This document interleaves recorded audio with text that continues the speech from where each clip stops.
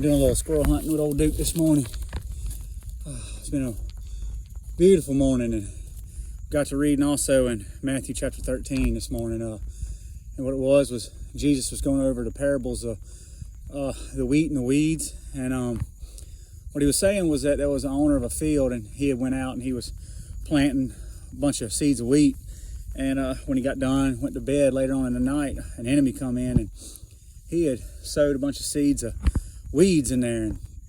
And over time, as the wheat began to sprout and form heads, the workers and the servants and all, they noticed there was a bunch of weeds out in the field, and they asked the owner, they said, "Hey, didn't you sow good seed out here, And the owner said, "Yeah, I did. The enemy's done this."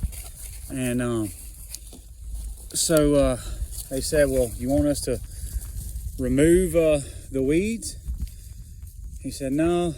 The owner told him, said, "Just let them both grow together, because you try to pull the weeds out, you take a chance at pulling the weed out with it." And what it was weeds that was planted, I think they were called darnel. And that's what people often said. Look, old Duke over there opening up a little bit.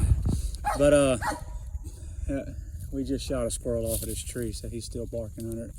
But anyways, so that darnel looks a lot like wheat, as it grows, and you can't really tell the difference between it until they grow up enough to form the fruit that they produce, or the heads, like on the wheat. And well, by this time, all the roots are done intertwined together. But anyways, Jesus said, the owner had said, don't remove the weeds, let them grow together.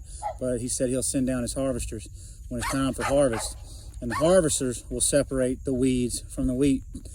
And he'll bundle the weeds together with the weeds so they can be burned.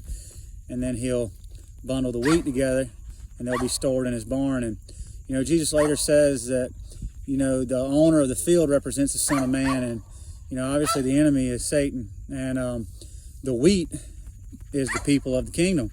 And the weeds are those people of the enemy. And, but I think that it's easy that we can easily get caught up in the weeds, focusing on trying to remove the weeds. But at least I can, And what I really need to focus on is what type of fruit that I'm producing.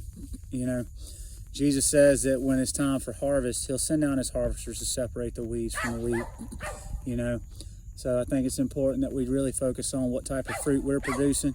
We need to love our neighbor as ourselves, but we need to love God with all our heart, our soul, and our strength, and all our mind.